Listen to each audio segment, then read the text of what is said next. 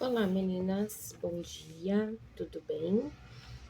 Queridas, a gente está enviando esse vídeo agora na sexta-feira, porque essa semana aqui foi bem tribulada e, enfim, né, estamos passando por muitos problemas de saúde na igreja, na cidade, no mundo, né? E eu ia só mandar o estudo escrito, mas eu acho que o vídeo colabora muito, é um recurso didático importante.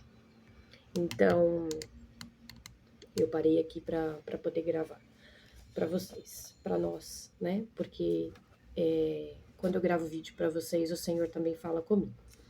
Nós estamos na lição 17, que o nosso material ele é dividido em partes, né? Então, nós estamos na segunda parte do nosso material, a lição 17, que diz a palavra de Deus como nossa oração. Depois você vai ler o estudo, vai meditar em cima dele, não deixe de fazer isso. Os dias são maus e nós precisamos nos fortalecer na palavra, porque senão a gente não vai suportar, tá? Esse estudo ele vai falar da palavra de Deus como a nossa oração.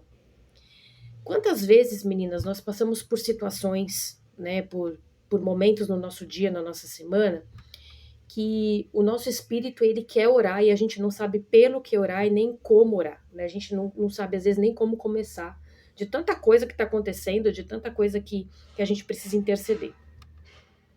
E é uma prática muito bacana a gente orar a palavra, ler a palavra em voz alta. Isso não é mantra, isso não é simpatia, não. A física vai explicar isso melhor sobre ondas sonoras, né? Quando a gente fala, a nossa voz, qualquer tipo de barulho, produz uma onda sonora. E essa onda, ela causa impactos aonde ela chega. Por exemplo, eu moro perto da comunidade do Heliópolis e normalmente de sexta ou de sábado tem baile funk, né? Só que assim, não moro muito perto, eu moro a 4 quarteirões.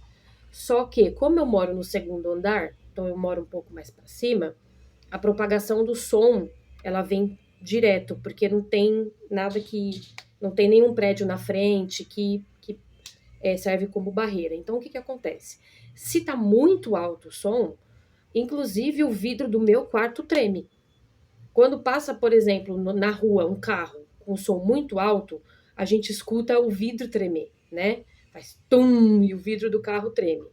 Por quê? Porque a onda sonora nós não vemos, ela não é vista a olho nu, mas ela produz uma frequência e ela produz uma consequência aonde ela chega, tá? Isso é física, isso é ciência, que o nosso Senhor criou do jeito que ele quis e da forma como ele achou melhor. Então, fisicamente, né, cientificamente, todo som produz uma onda sonora, produz uma vibração. Vocês conhecem bem, provavelmente, né, a passagem lá de Gênesis que fala que Deus criou as coisas com a palavra, né? Então ele disse uma palavra e as coisas se criaram. Agora, imagina a frequência da voz de Deus. Deve ser uma coisa, né? Se a gente já fica... quando chove muito e dá aqueles trovões bem altos, eu sempre penso nisso. Eu falo, nossa, a voz como de um trovão. Eu falo, gente, se o trovão já deixa a gente assustado, já deixa a gente... Imagina a voz de Deus, né? Então, assim, o que nós falamos produz uma consequência física e espiritual, tá? Então, lá em Tiago, é o texto base, né, um dos textos base que tem aqui, que é Tiago 3, de 3 a 5, que vai falar sobre o poder da língua, né? Eu acho que esse domingo que o pastor Tavares pregou sobre isso, uma dessas últimas pregações alguém falou sobre isso, a questão do que a gente fala, né? E é muito complexo, porque a gente, no calor da emoção, a gente não consegue controlar o que a gente fala, a gente não consegue, no meio de uma situação adversa, a gente não consegue controlar a nossa boca. Isso não é só eu ou só você, é muita gente, né? E é um desafio para nós, é um desafio.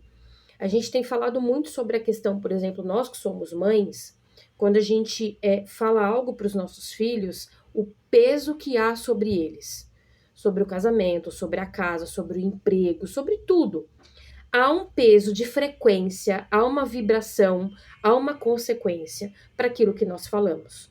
fisicamente e espiritualmente.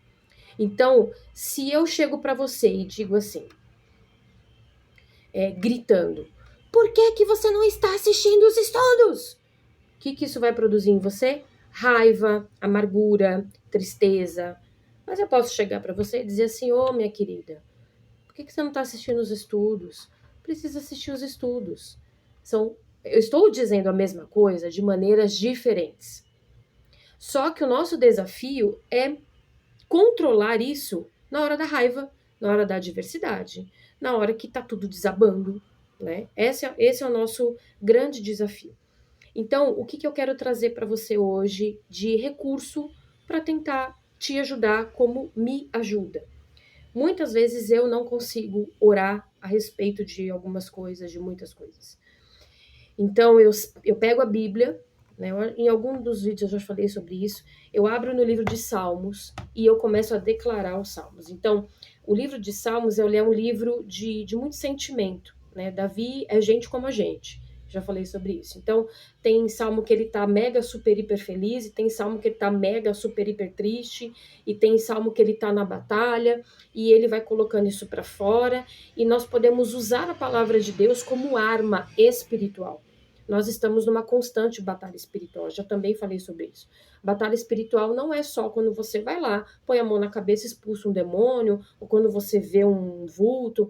Gente, a batalha espiritual, ela está instituída 24 horas por dia contra nós que somos do Senhor, né? E nós precisamos nos posicionar, porque os dias estão cada vez piores. Se nós não nos posicionarmos na palavra, nós não vamos suportar até o dia que o Senhor nos recolher. Então, uma das formas, uma das armas que nós temos é a própria palavra. Então, o dia que você não conseguir orar, que você não conseguir colocar para fora, né? O mesmo dia que você estiver bem e conseguir fazer aquela oração, né, fervorosa, aquela coisa, ore a palavra. Pegue salmos, leia, né? Lê um salmo lá, olha, esse salmo está traduzindo o que eu estou sentindo hoje. E leia ele em voz alta na sua casa, né?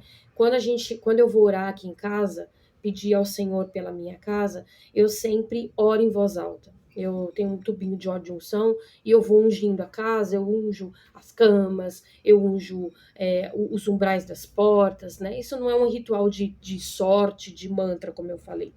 Eu estou dizendo ao Senhor que a minha casa é dele e que aqui a única pessoa que tem autoridade para tomar conta desse lugar é o Senhor, né? Então, eu oro em voz alta e tem dia, gente, que eu mal consigo levantar da cama, né? Tem dia que eu não tenho força nem para... E eu falo, Senhor, me ajuda, eu preciso levantar porque eu tenho um dia para viver. E o Senhor me ajuda, o Senhor me dá graça para viver aquele dia. E aí eu sento no sofá ou eu tô ali na mesa, enfim, e eu pego o livro de Salmos e vou declarando salmos, vou falando em voz alta, e aquilo vai enchendo o meu coração de uma maneira que eu não sei explicar espiritualmente, porque cientificamente tem uma explicação, mas espiritualmente nem tudo se é explicado, né? Tem coisas que o Senhor só vai explicar pra gente quando nós estivermos com Ele. Então, meninas, é uma arma declarar a palavra, declarar aquilo que está na Bíblia, porque a Bíblia é fonte de vida, é fonte de promessa, é fonte de esperança. Então, declare o que está na palavra. Ah, Érica, mas isso é loucura. Não, gente, loucura é não ter a palavra como base, tá? Loucura é a gente ficar xingando os nossos filhos e esquecer que a palavra diz que a gente precisa ter palavras moderadas, né? Então, assim, meninas, é tempo de guerra. Na verdade, né? Sempre foi. Mas a guerra está ficando cada dia pior e mais acirrada. E se nós não tivermos armas espirituais, nós não vamos ficar de pé diante do rei. E só vai receber a coroa aquela que conseguir chegar até o final. E eu quero em nome de Jesus que todas nós cheguemos lá. Então, use isso como arma espiritual, como edificação para sua casa e para sua vida, tá? E também tem uma questão que é a oração em línguas estranhas. A palavra fala sobre isso. Não sou eu que estou inventando, tá? Paulo vai dizer lá que tem a língua para edificação e a língua para edificação pessoal e para edificação da igreja, né? Então, quando nós falamos em línguas estranhas para nós, A gente, aparentemente, a gente não está entendendo, né? A nossa mente carnal, ela não entende, mas nós estamos orando a Deus.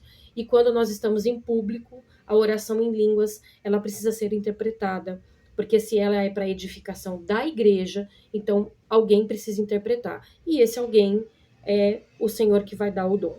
Então eu quero te convidar e te desafiar. Se você não tem esse dom de falar em línguas, isso não significa que você é mais espiritual ou menos espiritual, tá? Porque a espiritualidade não tá numa balança para se medir.